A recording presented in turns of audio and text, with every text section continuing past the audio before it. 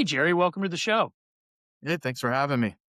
So, why don't you take a few minutes, give everybody a bit about your background? I believe, and again, I always start with this if my research is right, you joined Mount Lucas back in 1997. You're now COO and senior portfolio manager.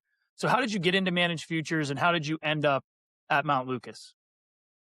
Sure. So yeah, I've been in the business of managed futures almost 30 years now. So that's you know quite some time. So I eat, live, and breathe managed futures, which is sort of an odd place to find myself. But um, yeah, it's been a great ride. I started with Mount Lucas right out of college, out of Villanova University. Started on the trading desk, doing some programming and automation around that. We were pretty small at the time, built up the trading systems, got my hands sort of all over the company, which is sort of how I got into the role of today running their managed futures strategy as well as being the chief operating officer.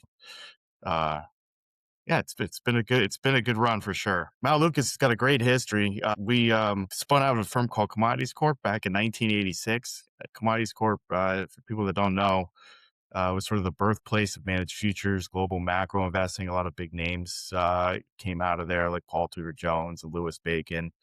Frank Vanderson and Tim Rutterow were founders of our firm. Spun out in 1986. Commodities Corp was in a building in just outside of Princeton, New Jersey, on the corner of Poor Farm Road and Mount Lucas Road, and we were spinning out, become a commodities trading advisor. And Poor Farm Road was not a great name for an asset manager, so in the space. So that's how we ended up being Mount Lucas, and we started running money. The idea was to run and manage futures investing for institutional investor. Eastman Kodak's pension plan had come to us and said, we want to run a managed futures portfolio. It was a risk of money, needed to be registered with the SEC as an RIA. Commodities Corp didn't want to do that. Frank and Tim did. They spun out Mount Lucas, and away we went and got ourselves into the managed futures business, managing institutional asset classes.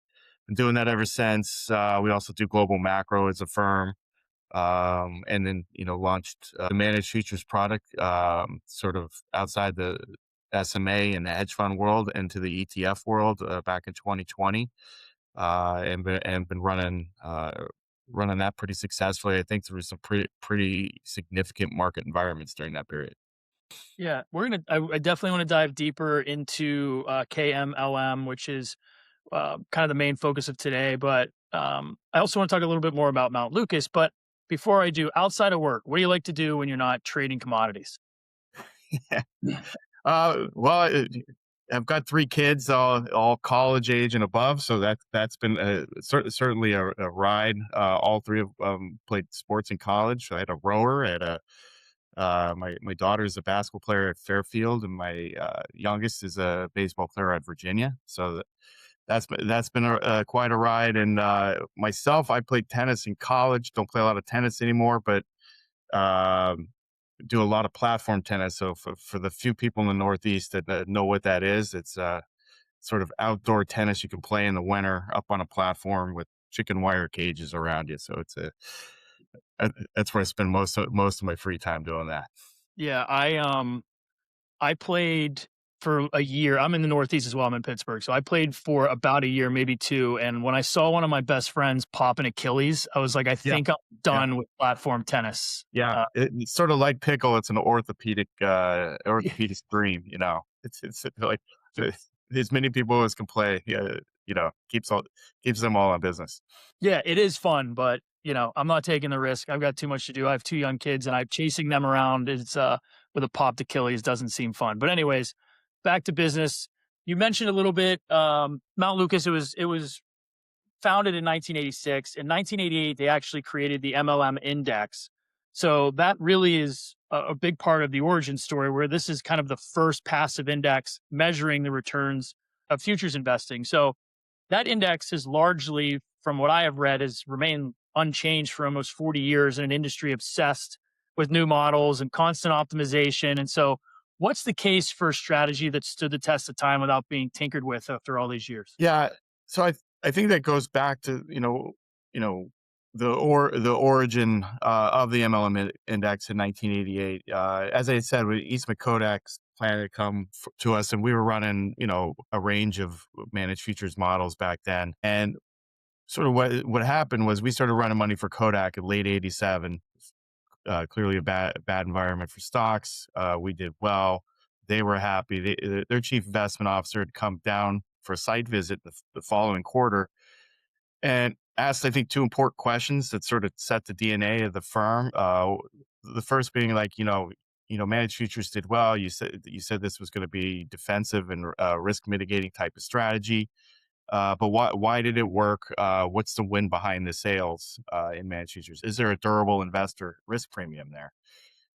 The second question he asked, he says, I know you guys did well, but I don't know on a relative basis how well you did. Like, is there a passive benchmark to the space that I can compare you to? And at the time there were manager-based benchmarks, which are the average of whatever the managers were, but there was no sort of price-based benchmark like the S&P 500 is to stocks or Dow Jones is to stocks. So for us, in the '80s, a bit of the Wild West in managed futures early on in the asset class. My partner Tim always says, I had to look benchmark up in the dictionary. I mean, we were traders. We either made money on a trade or we lost money on a trade. The benchmark was zero. You either made money or you lost money. So, but it got us thinking about, is there an investor risk premium here? Is it durable? Why does it exist? How does it exist? And to answer that question, we thought about why futures markets exist at all, and futures markets how they're different than equity markets. So futures markets are, well, if you think about equity and credit markets, they're all part of the capital structuring of businesses. Businesses and companies want to build and grow. They look to investors for capital, and those investors seek to earn a risk premium associated with capital appreciation, earnings growth, dividend growth, all the things people have been doing for hundreds of years, sort of investing in global growth of the world and economies. And everybody should be doing those things. But futures markets exist because those same businesses and companies, once they're up and running, face real operational risk around prices, around whether they're changes in interest rates, changes in commodity prices, whether input or output, changes in FX rates if they're selling goods internationally.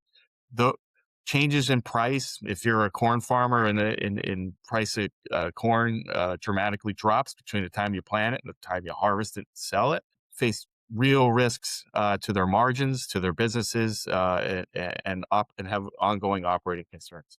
So futures markets exist, give them the ability to go into those markets, hedge away that price risk that they face, that they have no control over.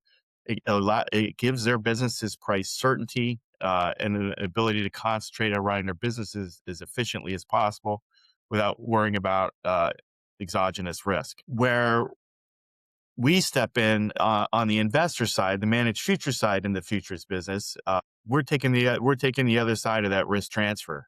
We're systematically owning price risk through time. That's the function we play in the futures markets. We're a $350 billion asset class. So it's a very sizable asset class. And we participate in the price discovery and the accepting of that risk through time from companies that need price certainty. We're willing to accept that price uncertainty. And then the next question is, then, well, what does that mean? You systematically accept price risk through time. How does that work? How does one go about earning that risk premium? And quite simply, probably the simplest, most efficient way of doing that, accepting price risk through time, is through trend following. Managed futures is predominantly 80-90% systematic. Everybody's doing trend following in some sort of way. There's a lot of different ways to do it, but if I was to leave this conversation with anything, we are participating in an economic risk transfer. There is a premium there that exists, and it exists. And if you think about when that premium is most impactful, it's when markets get really volatile, prices are disrupting, moving from one level to another. Periods like inflation, deflation, those are all strong markets for us. Recessions that create deflation, all the sort of crisis stress type of events that equity markets and long only portfolios hate. we tend to thrive in, because that's when prices are getting disrupted and there's a lot of price risk that we are owning during those periods of time. Where where trend following doesn't work, it's the flip side of that. Stable markets, zero interest rate world, markets aren't moving around a lot. There's not a lot of trends there, but that also sort of makes sense if you think about risk transfer going on under the hood in the futures markets, because businesses and companies, they have price certainty. Prices are stable. There's not a lot of risk premium in when prices are stable in the futures market. So why managed futures works in portfolios is because we do well when things are going really bad. When things are stable and equity markets are just marching on up, where prices are really stable, we don't do as well. So at the end of the day, we're diversifying. We're uncorrelated to stocks and bonds, and then tend to get pretty negatively correlated every time there's some sort of stress event, like 2008 or after the tech bubble. 2022 was one of our best years in the industry, and even early this year, the ability to be long commodities was really impactful to both our strategy and our impact to end client portfolios. Yeah, I definitely want to talk about some of those areas because managed futures, in my opinion, are always something that, should be owned, and then advisors end up selling them at the wrong time because they're a return drag. And in reality, they need them there when markets get pretty volatile, or you have, as you mentioned, a situation like 2022 where nothing really worked other than managed futures. So let's talk about KMLM though. It's the Crane Shares Mount Lucas Managed Futures Index Strategy ETF. You guys launched this back in 2020. What is this fund actually doing? You just did a great example of how managed futures work, but what should somebody expect inside this fund? Yeah, so the fund is replicating the index we built back in 1988. So it is trend following 22 futures markets. So it's some of the largest, most liquid markets in the world. One thing we always talk about in managed futures is the ability to do well during periods of stress and periods of crisis. The nice thing about these markets, they're exchange traded. They're very, very deep. They're very liquid.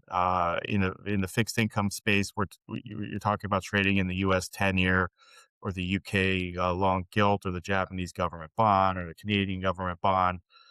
Deeply liquid markets. In the currency space, it's the yen, it's the euro, it's a Canadian dollar, Australian dollar. In the commodity space, it's crude, gold, natural gas, heating oil, grain markets like beans and wheat. Deeply, deeply liquid markets, and in periods of crisis, that liquidity holds up. I tell people our strategy, it tends to get more liquid during periods of stress, not less liquid, and not a lot of alternatives, and particularly things with privates or illiquid assets underneath the ETF.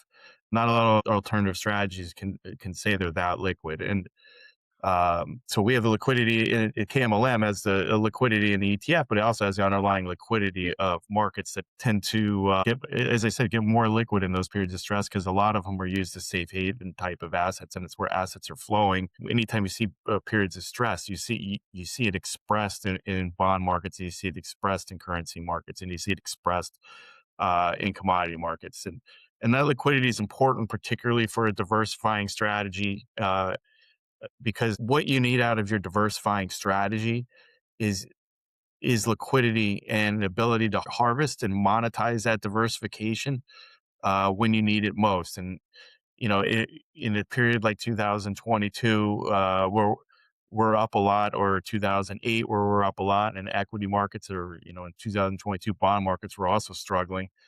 Uh, it's great that we're up a lot, but if you can't use that diversification we're providing you in the moment, and sell some of us, rebalance back into your stock and bond portfolios, you're sort of missing the point. If I think this is something I've started to say a lot recently, is that advisors and investors need to start thinking about liquidity as and rebalancing as alpha.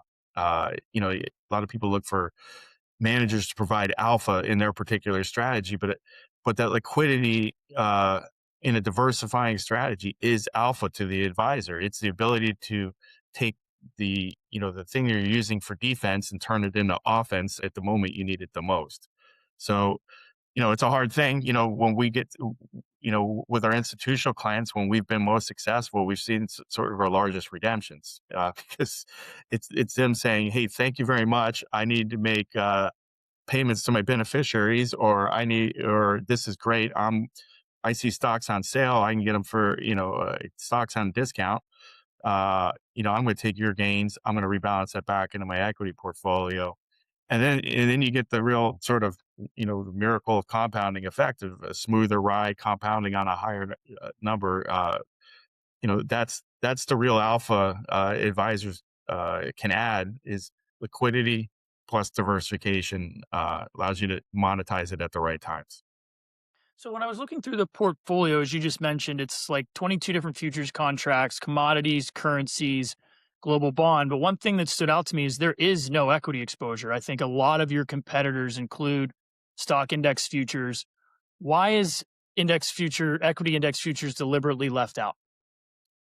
So yeah, so I mean that goes back to the original construction, right? Back in 1988, equity index futures weren't really a large thing. I mean, they were probably S&P index futures, but they didn't have futures on a lot of the country equity index markets. That's proliferated a lot over the years, and I think the consideration to add them has always been there as far as our index committee. Because we look at the constituents every single year and decide what we want to add or not. But the feeling of the firm was that is understanding why managed futures is used in a portfolio. To us, trend following.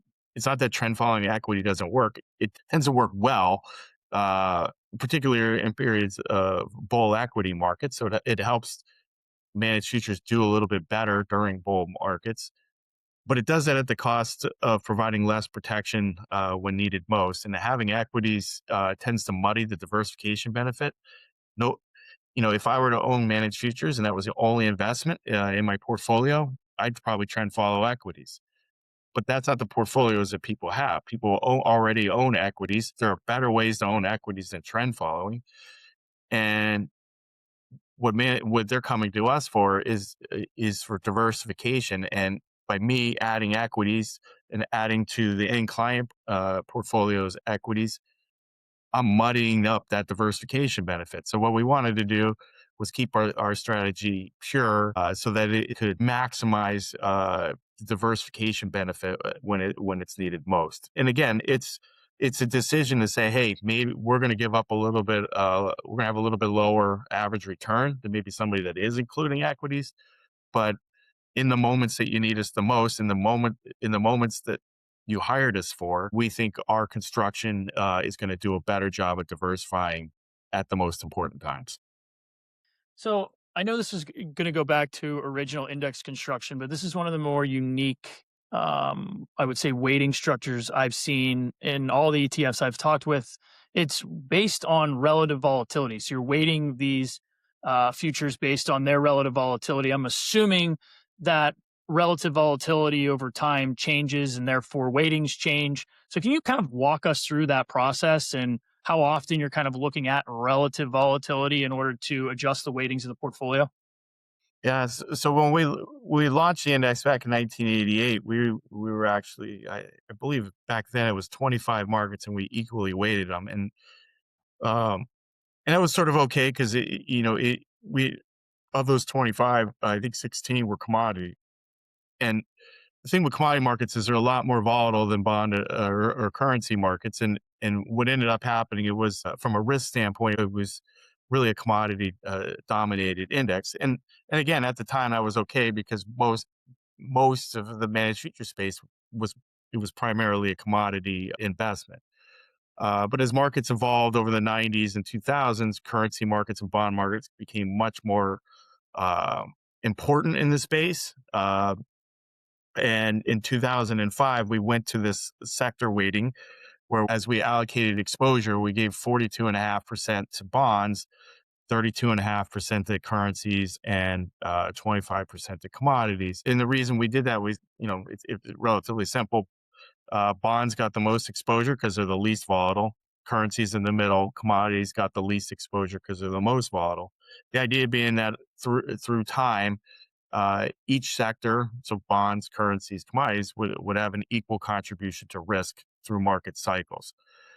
Now, we haven't changed. We look at those weightings every year with an index committee, uh, but we haven't changed them since 2005. And it's not because volatility of those markets hasn't changed. We certainly saw bond volatility drop very low in the teens, but in the sort of the answer to that would have been to increase exposure, even more dramatically in the bond space. And our feeling is we value being roughly right on these weights instead of precisely wrong. I would say a lot of what goes on in managed futures, or the way they size positions, they're usually looking to achieve a constant vol target among all the constituents that they trade in. So they're constantly looking at past volatility in order to size each one of their positions so that each individual market is providing the same risk contribution to the fund. We think that approach, again, it's another one of these things. It is fine, but it's counter to what drives returns at trend following. So the technique a lot of firms use is called vol scaling, and basically what it means is if if the volatility of a particular market is falling, they take more exposure, and if the volatility of a market is expanding or rising, they reduce exposure. And if you go back to how I talked about the risk transfer in the space, and when trend following works, well, we work best when markets are more volatile, and we think we should be holding on to positions in a more volatile market because that's when it's working. That's when there's profit in the positions, and we got to let that profit run because that's how we provide diversification to equity and bond portfolios. What happens if you're vol scaling is you get into a market crisis and vol is expanding across all markets.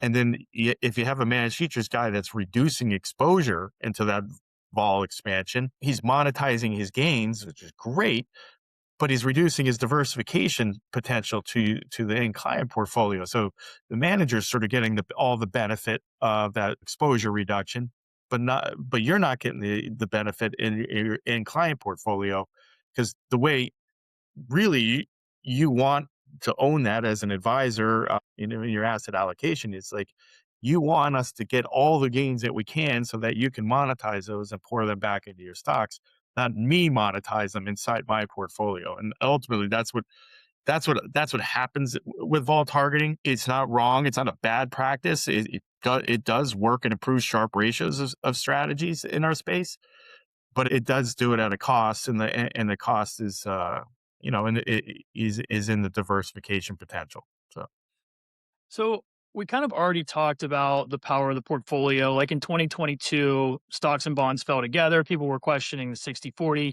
You guys were up, you know, somewhere in the 30% range. And that is kind of like the real pitch for managed futures. And we also already kind of touched on how that uncorrelated return stream can really help balance out returns and help, compounding over a higher base over time to make it more attractive. But in reality, the way that you can provide that is that this portfolio can go long or short across all of these markets. So you're not relying on just prices going up to make money. So can you walk us through how the short side works and why that matters so much? yeah. So just to back up from a high level, I mean, all trend following is in the way our index approaches it, it's really given that we're an index, it's pretty straightforward. If a market's going up, we get long. If a market's going down, we get short. We use a long-term moving average, a 1-year moving average. If price is above it, we're long. Price is below it, we're short. We look at it every single day, rinse, repeat, do it over and over again. But what managed futures does, it gives you optionality to a wider range of market events by being able to go short things and being able to be long things. So in 2022, we came into the year long commodity markets. They had already started, a lot of markets had already started to move higher. And when the Ukraine war started, you created shortages in wheat, which bled into the other grain markets, and you get shortages in natural gas. Plus, oil markets got ripping. All those things. We came into 2022 with the exact right positions on in commodities. And we actually came into the year largely short bond markets. And for the first 5 months of the year, that commodity trade dominated our results, and commodity markets started to stabilize a bit. And then we saw, and then the world said, "Hey, wait, these higher commodity prices, these higher energy prices, are going to bleed into inflation. Um, what's the Fed going to do?" And then all of a sudden, we saw bonds sell off pretty aggressively through the end of the third quarter, and we sort of got that end of the third quarter gift from Liz Truss over in the UK that really drove the gilt market crazy over there. But you know that's in the weeds a bit. But the ability to be long or short a range of these asset classes is really powerful. In 2008, being short commodity markets and being long bonds was the right place to be. 2022, it's the opposite. Long commodities, short bonds. In a 60-40 world that can't depend on bonds stabilizing equity drawdowns anymore, if the Fed or the world has any concern about inflation, or inflation is top of mind, bonds just can't deliver the kind of protection they did for the 40 years previous to 2020.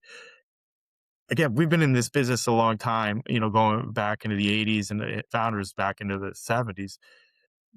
They remembered that managed futures work during periods of inflation. Then nobody saw it for 4 decades. So it wasn't a surprise to us, given our firm history and DNA, that it would work again. Managed futures kind of got thrown into this crisis risk type of thing that'll work if there's a big recession. Well, hey, we don't just need prices to move one way. We can work in different types of environments, inflation being one of them. And in all reality, in 2022, or even so far this year, which markets seem to be trying to front run a 2022 trade again because of the Iran war and the downstream effects that it'll have on inflation. There's no other asset class out there that can get you as short as bonds as we can. In 2022, tips, gold, all the normal inflation things didn't really work, but being able to be long commodities, short bonds did work in a significant period of inflation. And again, it started working decently this year as well. So Jerry, we're coming up on time, but I have to ask, one more question. The fund pays a meaningful annual distribution. Where does that come from, and how should investors kind of think about this annual distribution? Yeah, so it's not a return of capital for sure. It's a return of gains as sort of required by 40 Act rules. So in a year where we make money, we will have to distribute the gains in the fund. The futures, at least the currency in the bond futures, they earn. So the way futures markets work is they get 1256 tax treatment, which basically means they get marked no matter what at the end of the year. And 60% of the gains get treated as long term, and 40% get treated as short term. The commodity markets, those positions exist in a Cayman structure and get passed through as ordinary gains. So the way I think people should think about it is, if the fund's up a lot during the year, they should expect a dividend. If it's down, they should not expect a dividend.